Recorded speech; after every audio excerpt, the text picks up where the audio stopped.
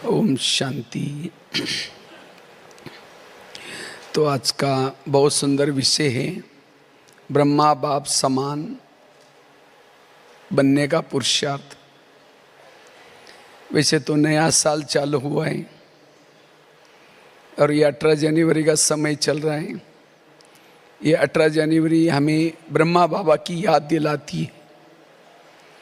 हमें ब्रह्मा बाप समान बनना है, कर्मातीत बनना है, कर्मेंद्रिय जीत बनना है, फरिश्ता बनना है। तो ब्रह्मा बाबा ने नारायण बनने के लिए क्या पुरुषार्थ किया? अगर हम भी वो करेंगे तो बाबा के समान, जैसे बाबा सबके प्यारे थे, बाबा होपलेस में भी होप रखते थे। बाबा के अंदर ये विशेषता कैसी आई? बाबा ने आने के बाद ज्ञान में जैसे शिव बाबा की प्रवेशता हुई, बाबा ने विशेष 2 बातों का पुरुषार्थ किया।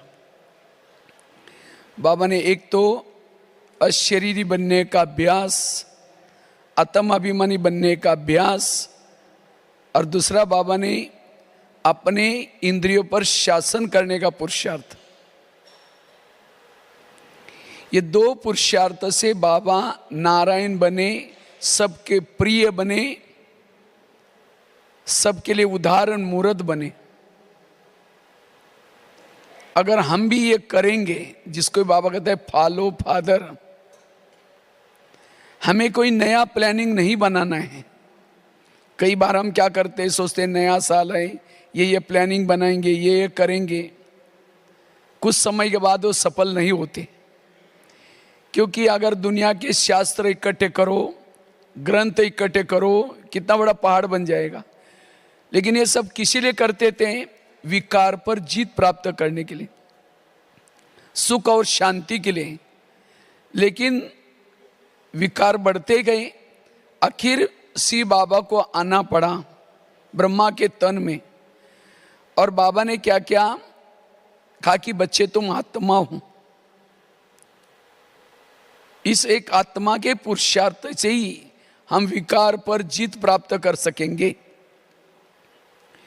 इससे हम सुखी बन सकेंगे। क्योंकि विकारों का मूल कारण है देह भान। जब हम देह भान में आते हैं, विकारों की जागृति होती है। विकारों का मुख्य है देह भान। देह भान आया, काम आता है, क्रोध आता है, सारे विकार आते हैं। जैसे दिखाते हैं रामायण में, राम रावण का एक सिर काटता है, वो सिर तो कट जाता है, दोबारा जुड़ जाता है, फिर काटता है, फिर जुड़ जाता है। विभीषण ने आकर के राम के कान में 2-3 बातें सुनाई, आप उसके नाभि में तीर लगाओ, रावण मर जाएगा। जब नाभि में तीर लगाया, रावण के सारे गले कट गए, मर गया। इसी तरह आज हम भी कभी काम का गला काटते हैं, कट तो जाता है, साल 2 साल 6 महीना 2-3 महीना, दोबारा जुड़ जाता है, फिर काटते हैं, दोबारा जुड़ जाता है। क्यों? हमने देह भान के नाभि में तीर नहीं लगाया। जब तक देह भान नहीं मिटाएंगे, तब तक इन विकारों पर जीत प्राप्त करना संभव नहीं है। इसलिए बाबा की रोज की मुरली में भी बातें आती है, बच्चे आत्मा समझो, बच्चे आत्म अभिमानी बनो। चाहे अव्यक्त मुरलियों में भी बाबा ड्रिल के रूप में बताते हैं, साकार मुरली में भी आत्मा के ऊपर ब्रह्मा बाबा ने जगह जगह पर लिखा, मैं आत्मा हूं, जयशोद आत्मा, ये आत्मा आत्मा आत्मा। क्योंकि आत्मा के स्वरूप में रहने वाला रात को सोया है, योग लगा रहता है, रास्ते में चल रहा है, योग लगा रहता है।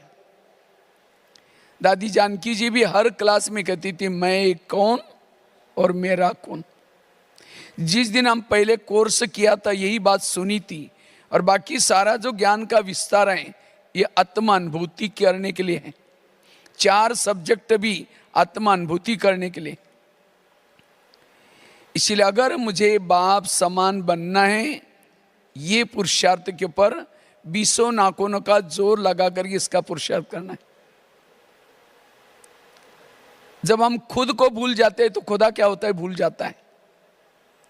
इसलिए आत्मा का पाठ पक्का करने से ब्रह्मा बाबा के समान बन सकेंगे। आत्मा के स्वरूप में रहने से भेद में रहते हैं। आत्मा के स्वरूप में रहने से किसी के भी दोष दिखाई नहीं पड़ते। आत्मा के स्वरूप में रहने से सभी गुण और शक्तियां हमारे जीवन में आती हैं। तो ये आत्मा का पाठ पक्का करने से ब्रह्मा बाबा के समान बनेंगे।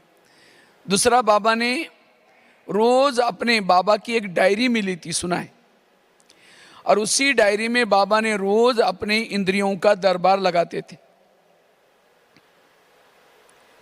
रोज अपनी इंद्रियों से बातें करते थे। लेकिन हमारा इसके तरफ ध्यान थोड़ा कम है। इसलिए अगर हमें ब्रह्मा बाबा के समान बनना है, स्वराज्य अधिकारी बनना है, स्वयं का परिवर्तन करना है। स्वयं का परिवर्तन मतलब बैज पहन लिया, सफेद ड्रेस पहन लिया, रोज अमृतवेला उठे, मुरली सुनी, ये तो ऊपर का परिवर्तन हो गया। स्वयं को परिवर्तन करना मतलब हर इंद्रियों को बाबा के श्रीमत प्रमाण चलाना। बाबा रोज अपनी इंद्रियों से बातें करते थे। बाबा 2 बार दरबार लगाते थे, सवेरे और फिर रात्रि। अगर कोई कर्मेंद्रिय ने नहीं माना, बाबा उस कर्मेंद्रिय को सजा देते थे। लेकिन हम कहते हैं ना, अंधेरी नगरी चौपट राजा, टकेसर बाजी टकेसर खाजा। इस नगरी का राजा सोया है, उसके अंदर जोचे हो रहे हैं। अगर हमें अपना स्वयं का परिवर्तन करना चाहते हैं तो स्वयं का परिवर्तन करना अर्थात हर इंद्रियों को श्रीमत प्रमाण चलाना। जिसकी हर इंद्रिया श्रीमत प्रमाण चलती है, उसके व्यवहार, उसका संस्कार, उसके बोल सबको पसंद आएंगे। कहेंगे माता बड़ी अच्छी है, ये भाई बहुत अच्छा है। अच्छा है मतलब क्या? उसका इंद्रियों पर संयम है। और यहां का फार्मूला है, 100 परिवर्तन से विश्व परिवर्तन होगा। जब तक हम अपनी इंद्रियों को श्रीमत प्रमाण नहीं चलाएंगे, तब तक विश्व का परिवर्तन संभव नहीं। जिसको ही बाबा दूसरे शब्द में कहते, बच्चे चैरिटी बिगेन्स एट होम, तुम अपने घर को सुधारो। घर मतलब लौकिक नहीं, आत्मा का पहला घर है शरीर। तो क्या इस शरीर में रहने वाले सब ज्ञान में चलते हैं? आंखें ज्ञान में चलती हैं, कान ज्ञान में चलता है, मुंह ज्ञान में चलता है, मन ज्ञान में चलता है, बुद्धि ज्ञान में चलती है। जिसकी हर इंद्रिया श्रीमत प्रमाण चलेगी, उसके अंदर परिवर्तन आएगा। आज कई भाई बहनों के बहुत समय से ज्ञान में चल रहे हैं, लेकिन प्रश्न है क्या मेरा योगी नहीं लगता। कई कहते मेरे संस्कार ही नहीं बदलते।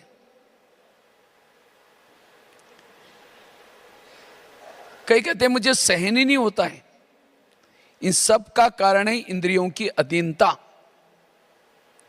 योग नहीं लगता मतलब क्या होता है? सारा दिन हमें कुछ गलत देखते हैं, गलत सुनते हैं। जब योग में बैठते वही दिखाई पड़ता है, वही सुनाई पड़ता है। अगर हमारी आंखें योग्य है वही देखेंगी, बुद्धि योग्य है वही देखेंगी, मन योग्य है वही सुनेगा, कान योग्य है वही सुनेगा, तो ऑटोमेटिकली जब योग में बैठेंगे योग अपने आप लगेगा।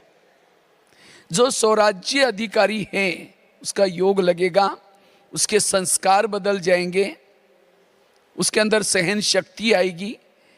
जिसका इंद्रियों पर शासन है उसके इर्द गिर्द में गुण और शक्तियां होती।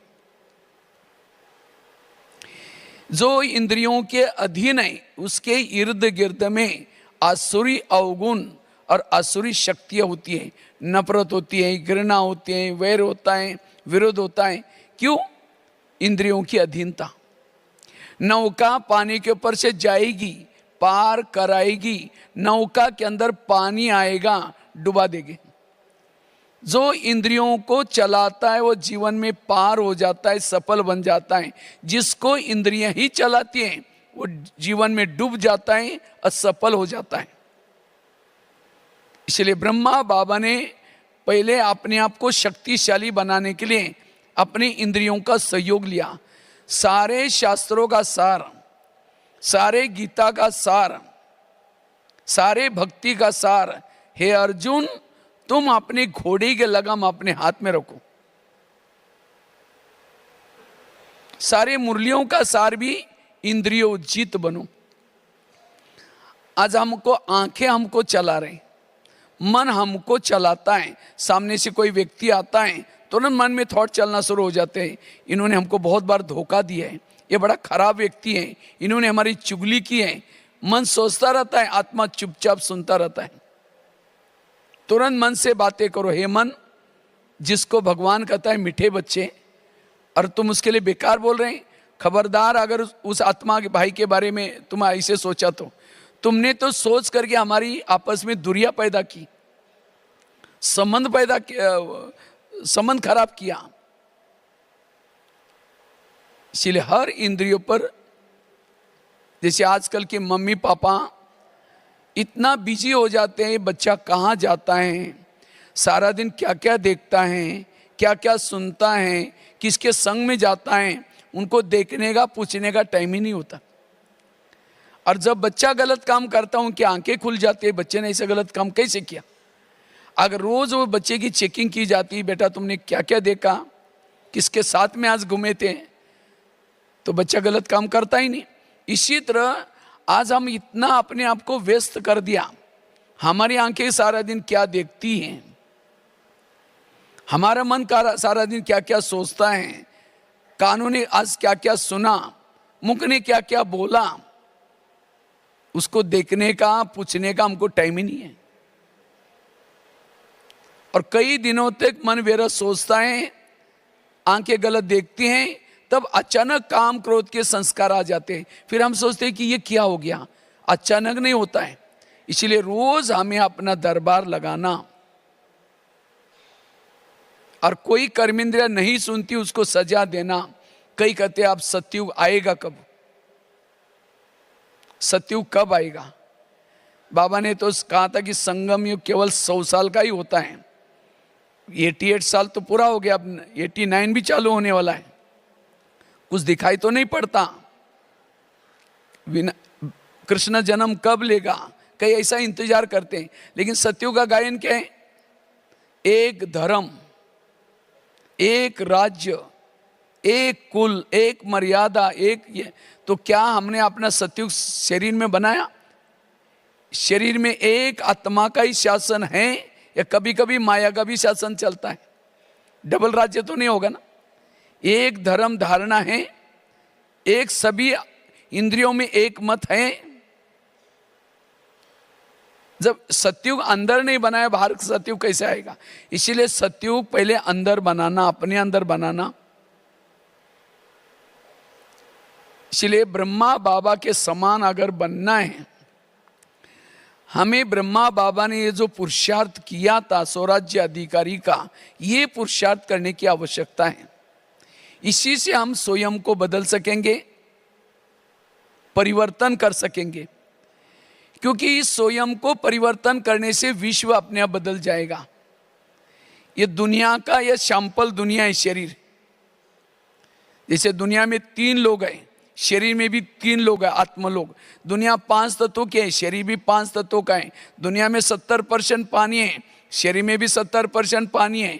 दुनिया में 950 करोड़ लोग रहते हैं, शरीर में भी 950 करोड़ सेल्स है, जीवाणु है। और जिन्होंने इसके ऊपर राज्य किया, वो सभी प्रकृति के ऊपर राज्य कर सकता है, औरों का प्रिय बन सकता है।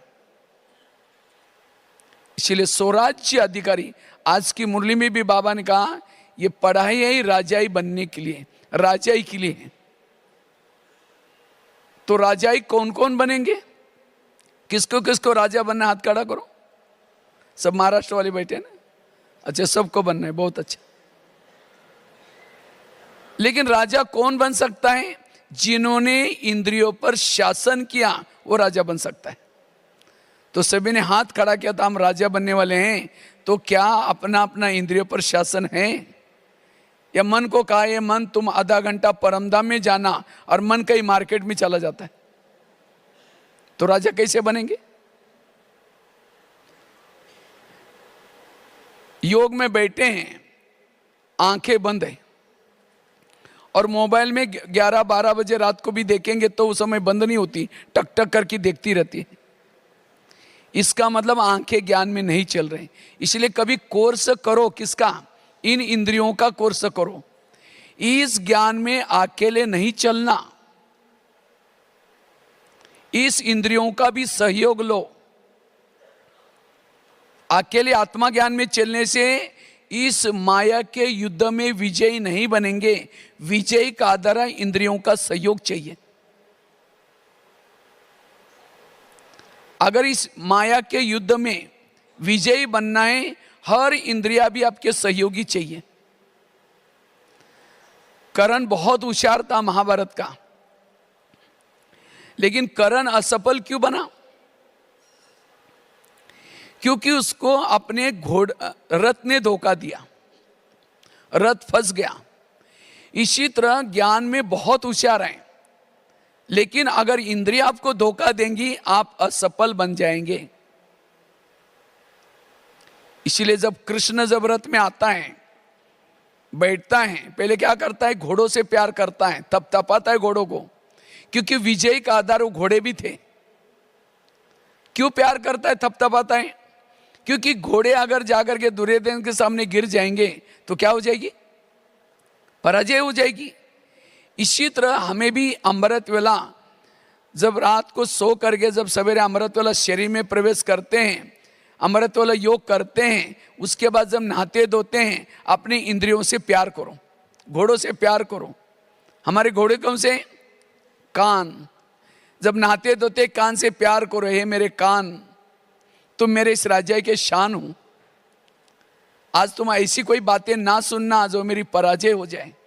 हे आंखें, तुम भी कोई ऐसी चीजें ना देखना जो मेरी पराजय हो जाए।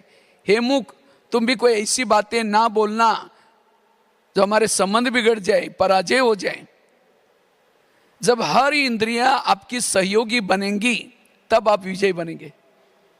नहीं तो आत्मा तो बहुत प्लानिंग बनाता है, आत्मा तो बहुत प्लानिंग बनाता है, इस वर्ष में ये करेंगे, इस वर्ष ये करेंगे, लेकिन इंद्रिया कहती है अच्छा हम कैसे करते देखते हूं। इसलिए इंद्रियों का सहयोग चाहिए। चैरिटी बिगेन्स एट होम, घर को सुधारना। हर इंद्रियों के अंदर विकारों के प्रति नफरत चाहिए।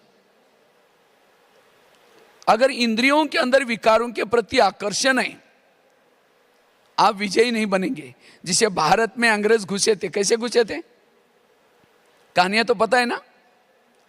भारत में नवाबों का शासन था, बंगाल का नवाब, बिहार का नवाब, सूरत का नवाब। अंग्रेज आए, नवाबों के साथ दोस्ती की और दिल्ली के पराठे किया, और भारत क्या हो गया, गुलाम हो गया। इसी तरह ये शरीर भी हमारा एक इंडिया है, और इसकी राजधानी कहाँ है, ब्रुकुटी में। आत्मा राजा यहाँ रहता है, लेकिन इस शरीर रूपी इंडिया में कई नवाब है। कौन से, कान, मुख, आंखें, मन, बुद्धि, किसी का मानते नहीं एक दूसरे का। तो माया रूपी अंग्रेज आते हैं, काम क्रोध आते हैं, दोस्ती किसे करते हैं, इन नवाब के साथ दोस्ती करते हैं। कान के साथ दोस्ती कर दी, फिर मुख के साथ दोस्ती कर दी, मन के साथ दोस्ती कर दी, फिर आत्मा के ऊपर अटैक किया। और इसीलिए अब हमारा शरीर रूपी देश गुलाम है। किसे गुलाम है, माया के गुलाम है। हमारा पुरुषार्थ और कुछ नहीं, जो माया रूपी अंग्रेज घुसे हैं शरीर में, उनको भगाना।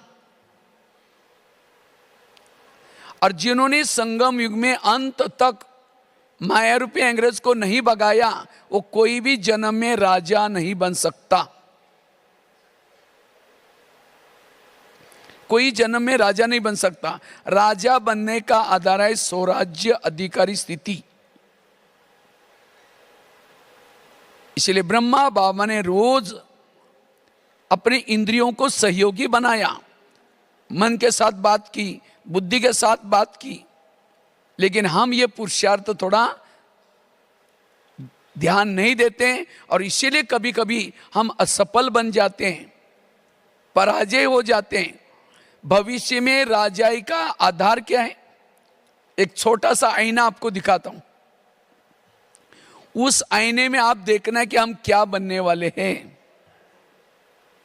बाबा ने कभी भी कोई मुरली में यह नहीं कहा जिन्होंने मम्मा बाबा को देखा है वो राजा बनेंगे। बाबा ने यह भी नहीं बोला जो समर्पित है वो राजा बनेंगे। यह भी नहीं कहा कि जोन इंचार्ज है वो राजा बनेंगे, बहुत सालों से ज्ञान में चलते वो राजा बनेंगे। राजा बनने का आधार क्या रखा है? स्वराज्य अधिकारी सो विश्व राज्य अधिकारी। नहीं तो ये तो पार्सलिटी हो जाती। कोई गरीब माताएं अब वो कहां यहां करके रह सकती हैं। तो इसीलिए सबके लिए राजा बनने का चांस है। कोई माता हो चाहे अभी अभी ज्ञान में आए हो, केवल आपको करना क्या है? अपने इंद्रियों पर शासन करना है। और इंद्रियों पर शासन करने के लिए रोज उनसे बातें करनी है। स्वराज्य अधिकारी बनना है।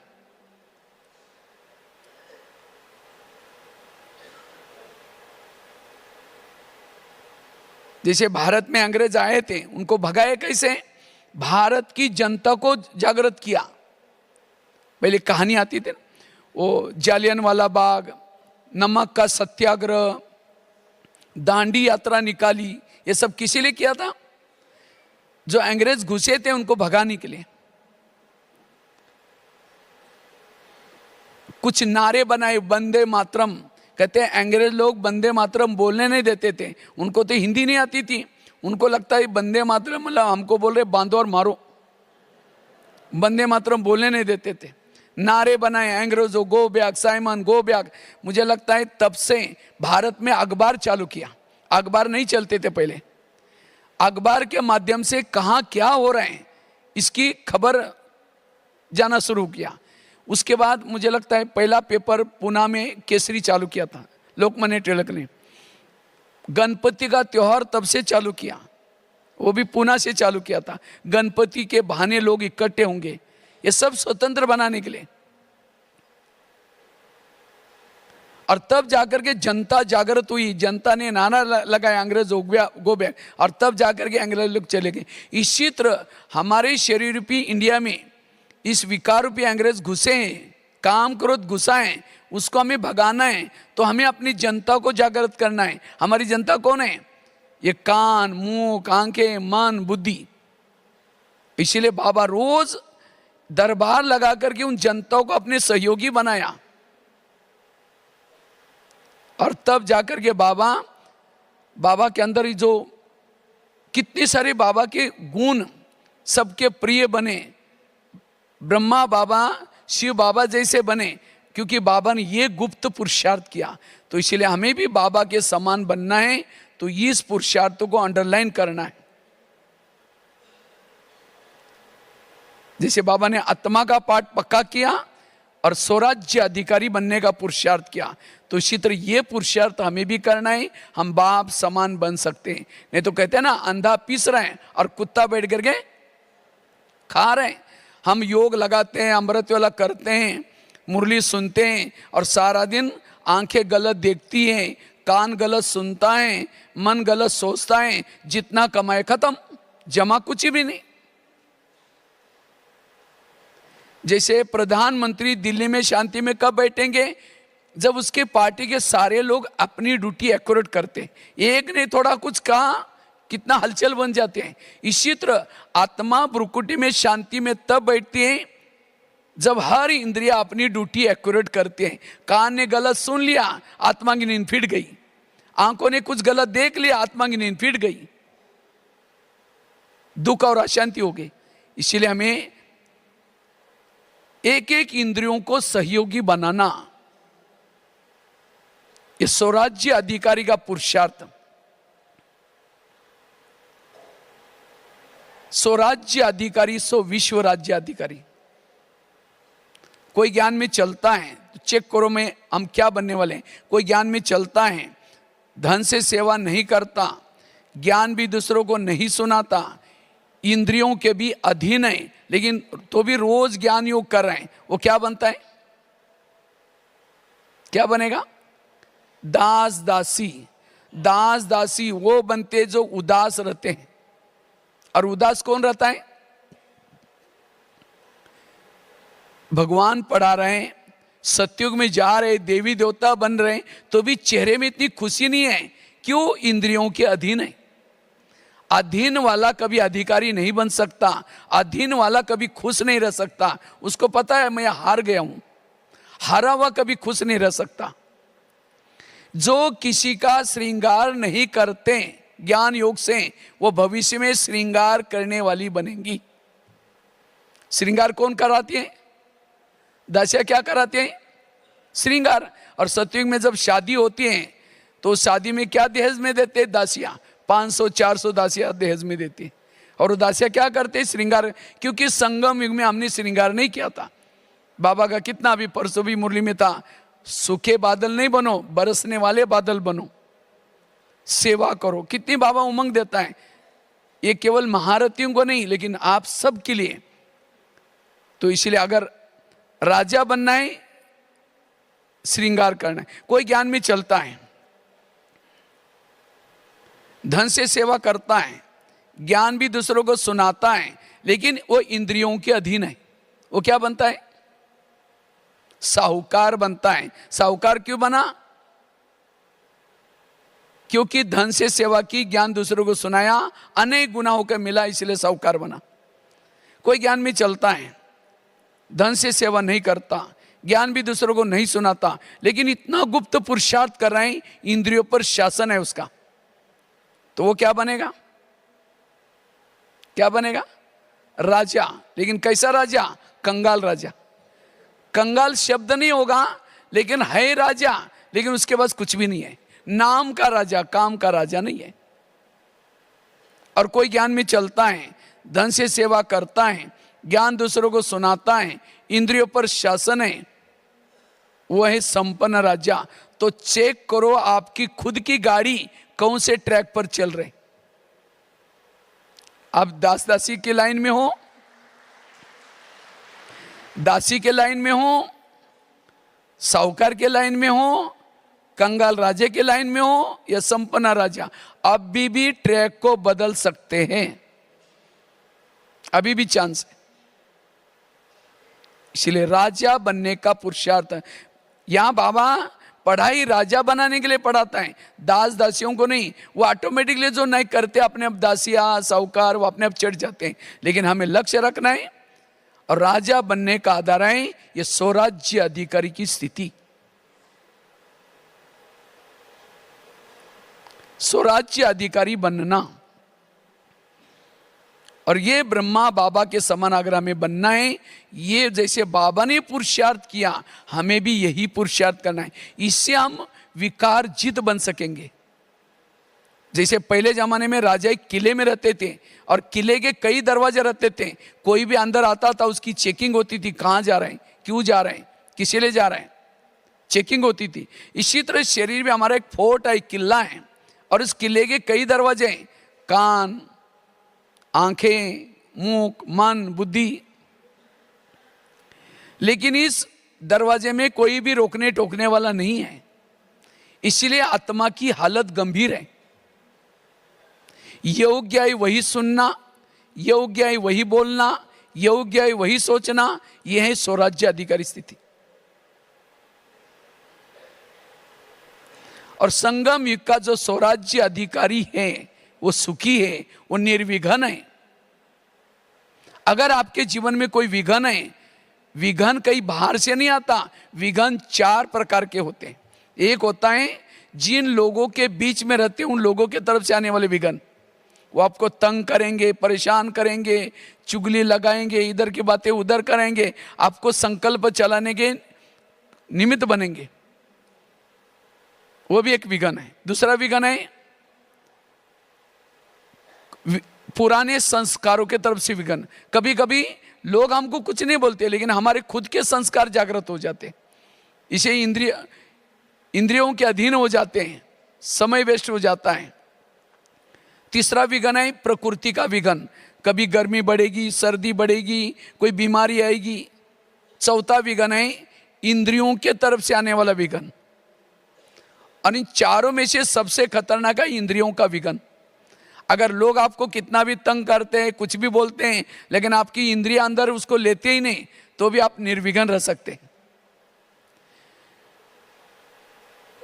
विकारों के कितने भी संकल्प विकल्प चलें, लेकिन इंद्रियां उसको सहयोग नहीं देंगी तो भी निर्विघ्न बन सकेंगी। प्रकृति कितना भी आपको सर्दी गर्मी होगी, लेकिन अगर इंद्रियां उसको फील नहीं करेगी तब भी निर्विघ्न रह सकते हैं। लेकिन अगर जो इंद्रियां जो आपकी रक्षा करने वाले रक्षक ही कोई भक्षक बन जाए, जैसे समझो पाकिस्तान के बॉर्डर पर कोई रहने वाला सैनिक है और कोई आतंकवादी आता है, कहते हैं 500 की नोटा की बोरा लो लेकिन मुझे अंदर जाने दो। वो सोचेगा अरे इतना बोरा, कितनी भी नौकरी करोगे तो भी नहीं मिलेगा। वो बोरा लेकर के उसको भेजेगा, कितने लोगों को मारेगा वो। इसीलिए वो सैनिक को नोट प्रेमी नहीं, देश प्रेमी बनने की जरूरत है। इसी तरह आज हमारे आत्मा की रक्षा करने वाले, आत्मा की रक्षा करने वाले कौन है? कान, मुख। लेकिन आज ये रक्षक ही कभी भक्षक बन जाते हैं। कान के द्वारा गलत बातें आ जाते हैं, मुख के द्वारा गलत बातें आते हैं, और इसीलिए आज विघन आते हैं। इसलिए हमें स्वराज्य अधिकारी बनना, रोज इंद्रियों का दरबार लगाना, और जो इंद्रियां धोखा देती हैं उनको सजा देना, सावधान करना। तो हम अपना दरबार रोज कैसे लगाएं? जैसे रोज अमृत वेला उठने के बाद बाबा शिव बाबा हमें कौन मिलाए? शिव बाबा में दोस्त के रूप में मिला हुआ है। वो देखता है कि मेरा दोस्त इतना अच्छा था और इसके साथ ऐसा हुआ। वो कहता है कोई बात नहीं, मैं तुम्हारी राजाई तुमको वापस दूंगा, लेकिन तुम मेरे पास आना अमृत वेला, मैं तुम्हें ताकत दूंगा और साथ में उस दुश्मन के ऊपर जीत प्राप्त करने के लिए युक्तियां भी सुनाऊंगा। तुम अमृत वेला आओ मेरे पास। तो अमृत वेला में बाबा के पास जाना है, दोस्त के पास जाना है और उसे पावर लेना है, शक्तियां लेनी है। और जब शरीर में आते हैं, ये शरीर हमारा एक राजा ही है, ऑफिस है, देश है, उसके अंदर प्रवेश करो और उसके बाद सभी इंद्रियों से पहले गुड मॉर्निंग बोलो और उसके बाद इंद्रियों से बातें करो। कैसे बातें करो? सबसे पहले बात करो कान से। हे मेरे कान, तुम मेरे इस राज्य के शान हो। अगर तुम ना होते मैं ईश्वरीय महावाक्य कैसे सुनता? इसलिए हे कान, तुम्हारा बहुत बहुत धन्यवाद और मेरा तुम्हारे पर विश्वास है, इसीलिए मैंने तुमको बॉर्डर पर रखा है। कान का है? बॉर्डर पर है। लेकिन मैंने तुमको विश्वास के साथ रखा है, बॉर्डर पर रखा है। तुम मेरा खाते हो, मेरे राज्य में रहते हो, लेकिन आजकल तुम मुझे धोखा दे रहे। मुझे तो पता नहीं था। आज अमृत वेला मैं अपने दोस्त के पास गया था, शिव बाबा के पास गया था। शिव बाबा ने तुम्हारे लिए कुछ इशारा दिया है और शिव बाबा मेरा हितैषी है, वो ऐसा वैसा इशारा नहीं देगा। हे कान, तुम मेरा खाते हो, क्योंकि आत्मा, कान जिंदा क्यों है? आत्मा ने कमाया हुआ खून सप्लाई होता है कान को, वो खाता है आत्मा का। और धोखा किसको दे रहे हैं? आत्मा को। इसीलिए हे कान, आज तक जो हुआ कोई बात नहीं, लेकिन आज रात को सोने से पहले मैं फिर चेकिंग करूंगा, दरबार लगाऊंगा। अगर उस दरबार में तुमने कुछ गलत सुना है, विरत सुना है, श्रीमत के अलावा कुछ सुना है, मैं तुमको सजा दूंगा। और ये भी नहीं समझना मुझे कुछ पता ही नहीं चलता। आजकल इस शरीर रूपी किले के चारों तरफ से मैंने शीशी कैमरे लगाए।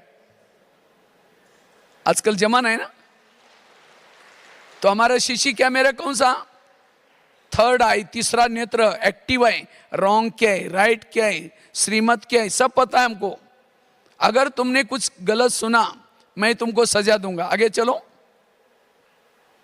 मुख के पास, हे मुख तुम भी मेरे इस राज्य के शान हो। अगर तुम ना होते मैं ईश्वरीय महावाक्य दूसरों को सुना करके दुआएं कैसे लेता। तुम्हारे कारण मैं बहुत दुआएं प्राप्त करता हूं, लेकिन कभी कभी तुम किसी का इंसल्ट करते हो, अपमान वाले शब्द बोलते हो, जिसे मेरा आत्मा भाई मेरे से रूठ जाता है, हमारी दूरियां पैदा होती हैं। क्या मैंने तुमको दरबार में इसीलिए रखा है? अगर तुमने कुछ व्यर्थ बोला, किसी का अपमान किया सारा दिन में, मैं तुमको रात को सोने के पहले दरबार लगाऊंगा, उसके अंदर सजा दूंगा। आगे चलो, आंखों के पास, हे आंखें मुझे 84 जन्म में बहुत सारी आंखें मिली, लेकिन तुम्हारे जैसी भाग्यशाली आंखें कोई जन्म में मुझे नहीं मिली, क्योंकि तुम्हारे द्वारा मैंने सत्यम शिवम सुंदरम को देखा है। बाबा मिलन में देखा ना, काफी पुराने भाई बहने भी हैं।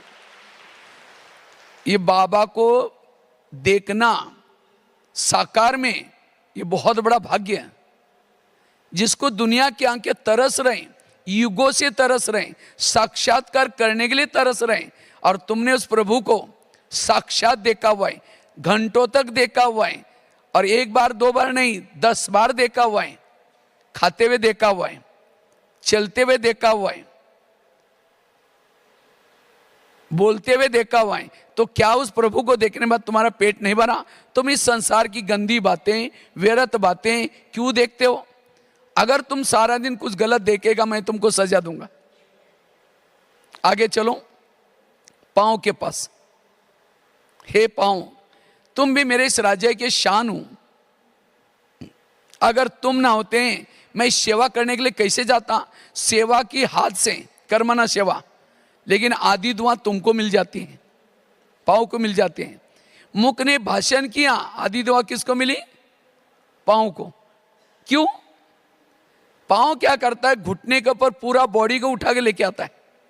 इसीलिए कोई भी व्यक्ति जब घर में आता है उसके पहले चरण छूते हैं। चरण में कोई आत्मा नहीं है। चरण क्यों छुआ? क्योंकि आत्मा को पूरा बॉडी को लाने वाले निमित्त कौन है? चरण। लेकिन कभी कभी हे चरण, तुम किसी का परचिंतन करने के लिए भी सबको लेके जाते हो। परचिंतन किया मुख ने, आधा पाप किसके ऊपर चढ़ा? पांव क्या ऊपर। परचिंतन सुना कान ने, आधा पाप किसके ऊपर चढ़ा? अगर पांव कहता नहीं नहीं मैं राजा के लिए ईमानदार हूं, मैंने आ जाऊंगा, तुमको जाना तो जाओ, तो कान मुख कहेगा तुम नहीं जाएगा तो मेरा काम रुकेगा, मैं जा रहा हूं, अकेले निकल के जाएगा? परचिंतन सुनने के लिए आंखें जाएगी? सभी इंद्रियां आत्मा के विपरीत होती हैं, और तब जाकर के आत्मा धोखा खाता है। इसको कहते हैं रिगार्ड, आत्मा के प्रति रिगार्ड। कई भाई बहन कहते हैं मेरा कोई रिगार्ड नहीं रखता। क्यों नहीं रखता? जिसकी इंद्रियां उसका रिगार्ड नहीं रखती, उसको बाहर स्थूल रूप में भी कोई रिगार्ड नहीं देगा।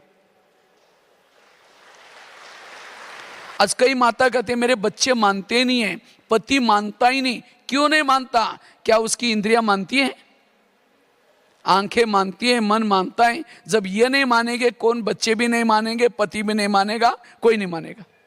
इसीलिए इसको ठीक करो, सब ठीक हो जाएगा। प्रॉब्लम यहां है। और ब्रह्मा बाबा ने ये गुप्त पुरुषार्थ किया।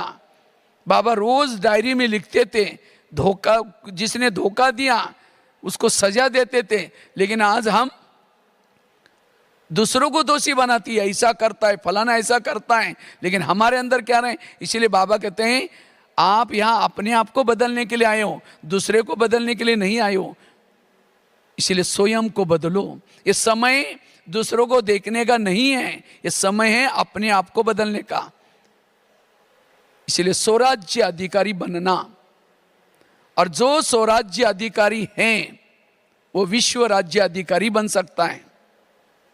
जैसे प्रधानमंत्री को कोई गलत, कोई गाली देने वाला पत्र लिखता है, वो पत्र कहाँ जाता है? उसके पीए के पास जाएगा। पीए पढ़ेगा, क्या लिखता है फालतू आदमी, ऐसा फाड़ के फेंक देगा। मना उसका पीए हितैषी है। तो हमें कोई गाली देता है तो हमारा पीए कौन है? कौन है? कान, कान फटाफट आत्मा तक पहुंचा था, हमको गाली दी, इसने गाली दी, मन डिस्टर्ब हो गया, बुद्धि डिस्टर्ब हो गया, सारी इंद्रिया डिस्टर्ब हो गई। और सवेरे की 4 पेज की मुरली सुनी थी, उसको कान नहीं बोलता, आज बाबा ने ऐसे बोला है, आज बाबा ने ये बोला है, उसको निकाल लेता है। मना कान मेरा हितैषी नहीं है। जब आपकी इंद्रिया ही हितैषी नहीं है तो आप कैसे स्वयं को बदलेंगे? इसलिए इन सभी इंद्रियों को हितैषी बनाना। आगे चलो मन के पास। हे मन, तुम भी मेरे इस राज्य के शान हो। अगर तुम ना होते मैं ईश्वरीय ज्ञान का मंथन चिंतन कैसे करता। लेकिन कभी कभी तुम व्यर्थों का भी चिंतन करते हो, अगर करेगा मैं तुमको सजा दूंगा। आगे चलो बुद्धि के पास। हे बुद्धि, मैंने सभी इंद्रियों में से चुन करके तुमको मंत्री बनाया। बुद्धि कौन है? मंत्री। कौन सा मंत्री? ग्रह मंत्री है। पूरा शरीर का सारा कारोबार किसके पास है? समझो मन में विचार आया, मुझे फिल्म देखने के लिए जाना है, तो मन की फाइल कहाँ जाती है? बुद्धि के पास। फिर बुद्धि कहते हैं हाँ ठीक है जाओ। अब बुद्धि ने हाँ बोला तो सारी आंखें चली गई, पांव चले गए, कान चले गए, सारी इंद्रियां फॉलो किसको किया? बुद्धि को। तो कभी एकांत में बैठ करके बुद्धि से बातें करो। हे बुद्धि, मैंने सभी इंद्रियों में से चुन करके तुमको मंत्री बनाया और मुझे लगा तो मेरा कारोबार बहुत अच्छा चलाएगा, लेकिन तुमने कोई ऐसे गलत निर्णय लिया जो मेरा पूरा राज कारोबार तुमने गंवा दिया। इतना ही नहीं, तुमने मुझे रावण के जेल में डाल दिया। कि यही मेरा विश्वास का फायदा हुआ। इसीलिए आज से तुम्हें जो भी निर्णय लेना है श्रीमत के आधार से लेना है। अगर तुम्हें गलत निर्णय लेगा मैं तुमको सजा दूंगा। ये है पुरुषार्थ। बुद्धि के ऊपर control, ruling power, controlling power, उनसे बातें करना। क्योंकि राजाओं की निशानी होती है, राजा जिस शहर में रहता है सब उसका कहना मानते हैं। राजा को कोई कहना नहीं मानता, राजा उसको फांसी देता है। तो हम इस शरीर, हमारा एक शहर है, इसके अंदर रहते हैं, तो क्या हम सजा देते, शिक्षा देते हैं? अधीन है, और अधीन वाला कभी अधिकारी नहीं बन सकता। इसलिए स्वराज्य अधिकारी बनने का पुरुषार्थ।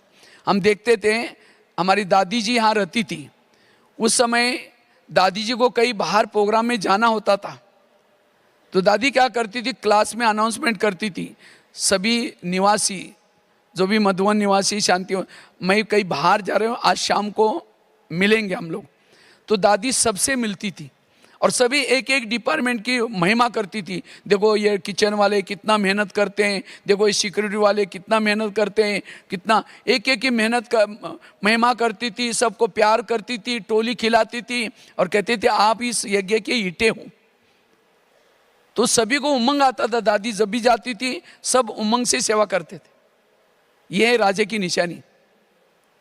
अगर इतना मेहनत करके कोई ये नहीं करे तो लगेगा ये क्या हम मेहनत कर रहे हैं। इसी तरह आज हम जिस शरीर में रहते हैं, आज हमारी आंखें कितनी मेहनत कर रहे हैं, आज हमारा हार्ट कितना मेहनत कर रहे हैं। अगर वो 10 मिनट के लिए रेस्ट कर लें तो आपका सत्य ना राम नाम सत्य हो जाएगा।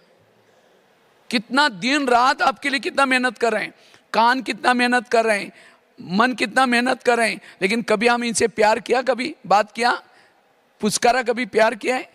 तो इसीलिए इंद्रिया कहते हैं अरे हम इतना मेहनत कर रहे हैं, ये राजा कभी पूछता ही नहीं। इसीलिए वो माया से मिला हुआ है।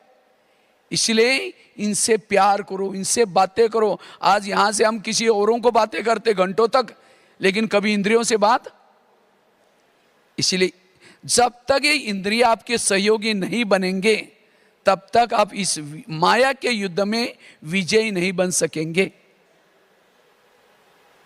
इसलिए एक एक इंद्रियों पर हमारा अनुशासन चाहिए।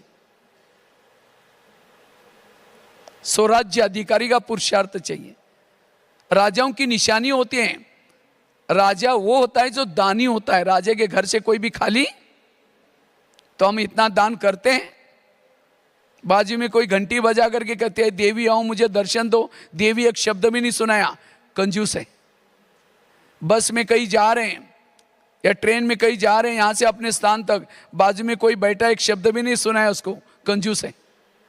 मनसा से दो, वाचा से दो, संकल्प से दो। जो देता है उसको कहेंगे देवता।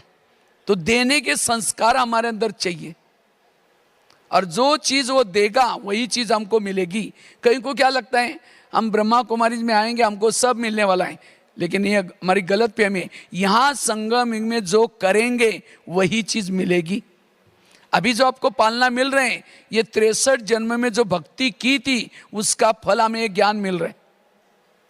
लेकिन ज्ञान में चलने के बाद अगर कुछ करेंगे नहीं तो मिलेगा कुछ भी नहीं। इसीलिए हमें कभी अपना चित्र बनाओ, हम भविष्य में क्या बनना चाहते हैं। अगर मुझे हेल्थ अच्छी रखनी है, मुझे शरीर के तन के द्वारा सेवा करनी है। अगर मुझे धन भरपूर चाहिए तो मुझे धन से कितना दिया वो मत होगा नहीं, लेकिन जो दिया वो प्यार से, जो चीज देंगे वो मिलेगी। तीसरी राजा की निशानी है। राजा क्या करता है? शिकार करता है। राजा शिकार किसके करता है? किसके करता है? राजा शिकार करता है शेर की। ऐसा नहीं कि कोई चूहा मार करके सबको दिखाता है मैं चूहा मार के आया, लोग तो हंसेंगे, यार तुम तो राजा है, चूहा मार के आए, कौन सी बहादुरी की। इसी तरह अगर हम राजा बनना है, हमें भी शिकार करने का शौक चाहिए। पहले कहानी आती थी, एक राजा था, उसको आखेट भी बोलते हैं, वो आखेट करने के लिए गया था। तो संगम युग की राजाओं की एक कहानी है। तो हमें भी शिकार करना है, अर्थात किसी को बाबा का बच्चा बनाना, क्योंकि हमारा शेयर होल्डर भी कोई चाहिए। आज दादियों की स्थिति इतनी पावरफुल क्यों थी? क्योंकि दादियों ने कई शेयर होल्डर बनाए थे। अभी भी वो गए हैं तो भी हम बाबा बाबा बोलते हैं, आधार हिस्सा उनके खाते में जमा होता है। तो आप लोगों ने कितने लोगों ने शिकार किया बताओ? कितने लोगों को बीके बनाया? अगर नहीं बनाया, प्रजा ही नहीं बनाया, राज्य कैसे करेंगे? इसलिए हमें सुनाने का भी शौक चाहिए। बाबा कहते हैं चित्रों के सामने बैठो, वहीं आसपास लोगों को सुनाओ, और जितना ज्ञान सुनाते रहेंगे उतना आप व्यर्थों से बच जाएंगे, निगेटिव से बच जाएंगे। लेकिन याद रखना, शिकार बड़ी सावधानी से की जाती है, नहीं तो कई बार अखबार में आता है कोई शिकार करने के लिए गया था और शेर ने उसको फाड़ के रख दिया। अब किसी को ज्ञान सुनाने के लिए जाएंगे, आजकल हम ब्रह्मा कुमारी में जाते हैं, बड़ा अच्छा ज्ञान है, अभी चलो ना, ये कलयुग खत्म होने वाला है, सतयुग आने वाला है। कहेंगे अच्छा अभी फंस गए क्या? वहाँ बाहर का खाना नहीं खाते हैं, ब्रह्मचर्य का पालन करते हैं, सफ़ेद ड्रेस पहनते हैं, ये कोई लाइफ है क्या? इसीलिए दुनिया में अरे खाओ पियो, किसने भरमाया? ओम शांति, खुद ही आना बंद कर दिया। गए थे शिकार करने के लिए लेकिन खुद ही फंस गए। इसीलिए शिकार करने के लिए जब कोई जाता है, तलवार लेके जाता है, ढाल लेके जाता है, कई अस्त्र शस्त्र लेके जाता है। तो बाबा ने हमें शिकार करने के लिए कितने अस्त्र शस्त्र दिए? ड्रामा की ढाल लेके जाओ, ज्ञान की तलवार। अगर कोई नहीं सुन रहा है, ढाल को सामने लगाओ, ये हमारे कुल का नहीं, ब्राह्मण कुल का नहीं, देवता कुल का नहीं, अपने आप को बचा के लेके आओ। नहीं सुनता छोड़ो। इसलिए अच्छा कोई नहीं सुनता कोई बात नहीं, कई कहते हम सुनते ही नहीं। अगर नहीं सुनता, वो ज्ञान आपके खुद के धारणा में नहीं है।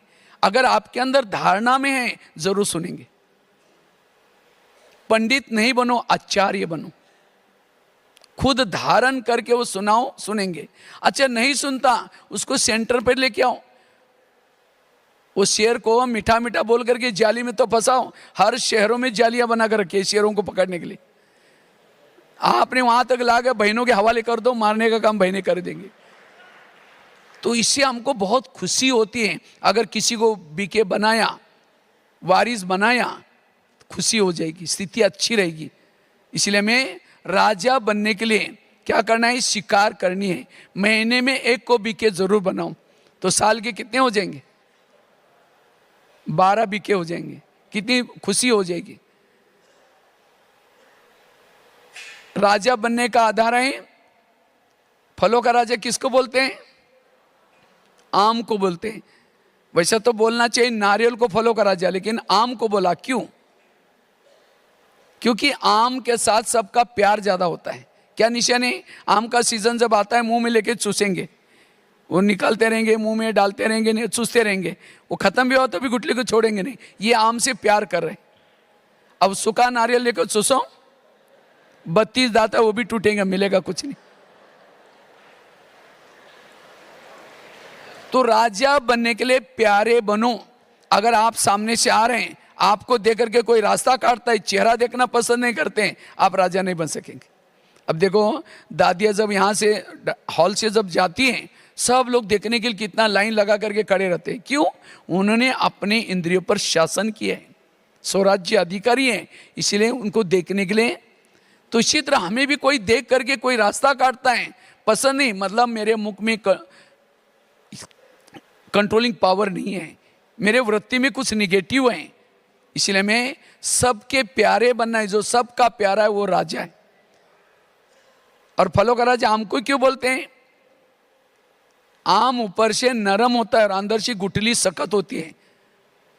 और नारियल कैसा होता है? ऊपर से सख्त होता है और अंदर से नरम होता है। जो ऊपर से नम्रचित है, निर्माण है, वो राजा है। अभी था ना, निर्माण बनो, निर्मल वाणी, निर्माण, और तब निर्माण कर सकेंगे, तब निर्माण में भी जा सकेंगे। इसलिए हमें नम्रता का संस्कार चाहिए। जो नम्रचित है वो राजा है। अभिमान वाला कभी राजा? आम है अभिमान का प्रतीक, आम है नम्रता का प्रतीक, और नारियल है अभिमान का प्रतीक। जब नारियल को फल लगता है और ऊंचाई पर जाता है, और नारियल को जब फल लगता है तो कहाँ जाता है? ऊंचाई पर जाता है। और आम को फल लगता है तो झुकता है।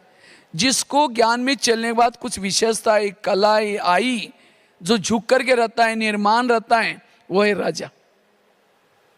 जो अभिमान में चलता है वो राजा कभी नहीं बन सकता। और फलों का राजा आम को क्यों बोलते हैं? क्योंकि जब कोई व्यक्ति थक जाता है, परेशान हो जाता है, कौन से पेड़ के नीचे जाकर सोता है? आम के नीचे जाकर सोएगा, उसकी सारी थकान मिट जाएगी, फ्रेश हो जाएगा। और कोई नारियल के नीचे जाकर सोएगा तो छाया तो छोड़ो, और ये नारियल टूट करके सिर भी तोड़ देगा उसका, सोने वाला का। अगर आपके संपर्क में कोई बाहर से, दुनिया से तंग होकर के, परिस्थिति से कुछ दुखी होकर के आपके संपर्क में आया, और आपने यहाँ की कोई उल्टी सुल्टी बात सुनाई, अरे यहाँ भी तो ऐसे लोग हैं जो पैसे देते उसको आगे करते हैं, फलानी बहन जी ऐसे है, वो ऐसे है, यहाँ की निगेटिव बातें सुनाई, वो कभी राजा नहीं बन सकता। राजा बनने के लिए दूसरे का दुख हारो, सबको छाया दो।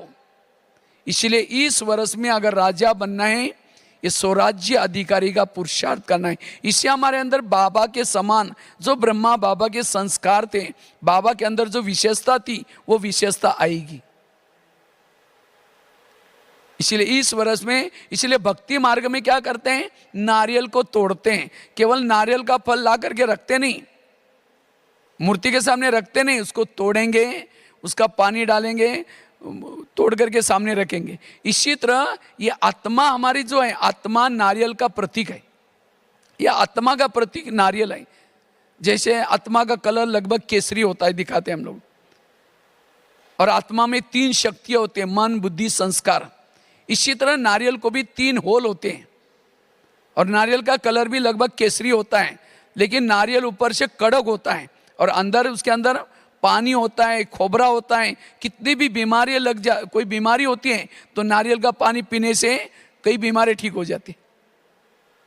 इसी तरह आत्मा के अंदर ओरिजिनल संस्कार, शांत स्वरूप, आनंद स्वरूप, शक्ति स्वरूप अच्छे हैं, लेकिन अब हमें उस संस्कार को बाहर निकालना है, जो ओरिजिनल संस्कार को बाहर निकालना है। इसीलिए नारियल को हमने बाबा के सामने रखा हुआ है, किसी ने 10 साल से, किसी ने 20 साल से, लेकिन तोड़ा ही नहीं। बाबा प्रसन्न नहीं होगा। इसलिए इस वर्ष में हमें क्या करना है? अपना नारियल तोड़ना है, अर्थात ओरिजिनल मेरे शांत स्वरूप के, आनंद स्वरूप के संस्कार लाना है। और उसके लिए ये स्वराज्य अधिकारी का पुरुषार्थ। अगर हमें संस्कार को बदलना है, स्वराज्य अधिकारी बनना है, बाबा ने 3 तकत दिए। एक है भ्रुकुटी का तकत, दूसरा है बाबा का दिल तकत, और तीसरा है भविष्य के राजा का तकत। भविष्य का राजा का तकत वो लेगा जिन्होंने बाबा के तकत पर बैठते हैं। बाबा के तकत पर वो बैठते हैं जिसकी हर इंद्रिया वश में है, जो स्वराज्य अधिकारी हैं। जो स्वराज्य अधिकारी हैं वही बाबा को पसंद आए और ऐसी आत्मा भविष्य के राजा बनेंगे।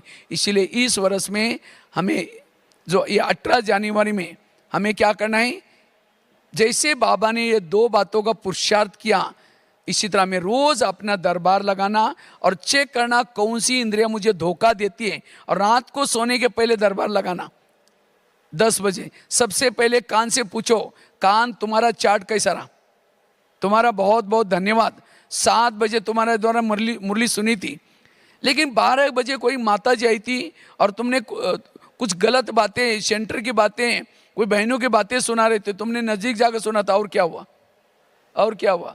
मैंने उस सीसी कैमरे के रिकॉर्डिंग में देखा है। तुम्हारे लिए सजा मतलब कैंची लेकर के कान को काट करके नहीं फेंको। जैसे वो एक ये था ना, जिन्होंने आंखें निकाल दी थी, सूरदास, वो हमारी सजा नहीं, हमारी सजा अलौकिक है। तो कान को कौन सी सजा दो, दोबारा मुरली सुनो, क्योंकि जिस कान में ज्ञान डाला है, तो भी ज्ञान अगर भरपूर होता तो कान व्यर्थ ना सुनता। तो इसीलिए सजा कौन सी देना, दोबारा मुरली सुनना। आगे चलो मुख के पास, मुख तुम्हारा चार्ट कैसा रहा, समझो कान ने दरवाजा खोला, दुश्मन को अंदर कर दिया, मैं तो 5-6 दरवाजे के अंदर बैठा हूं आत्मा, तुमने अपनी ड्यूटी ठीक करना चाहिए था, तुमने भी बोला वो बहन जी ऐसे है, वो भाई जी ऐसा है, वैसा होता है, इसीलिए तुम्हारे लिए सजा कौन सी, कल के दिन तुम्हारा कारोबार बंद, मुख का मौन, ये है सजा। इसलिए अपने आप को बदलना। ये जैसे हमने भक्ति मार्ग अलग है, भक्ति मार्ग में गए, पूजा की, कथा सुनी, चल पड़े, ये राजाई की पढ़ाई है, और इस राजाई के पढ़ाई में हमारी हर इंद्रिया हमारे वश में चाहिए, और जिसकी इंद्रिया वश में है उसके इर्द गिर्द में गुण और शक्तियां होती हैं, और जो इंद्रियों के अधीन है वो नफरत करता है, घृणा करता है, गुस्सा करता है, काम क्रोध ये सब आते हैं कैसे, इंद्रियों के अधीन होने से। इसलिए स्वराज्य अधिकारी का पुरुषार्थ जैसे बाबा ने किया, हमें भी यही करना है। ये हमारा पहला लेसन है, फर्स्ट लेसन ये है। तो स्वराज्य अधिकारी बनेंगे तो जरूर हम बाप समान बन सकेंगे। यही पुरुषार्थ का लक्ष्य लेके जाना। ओम शांति।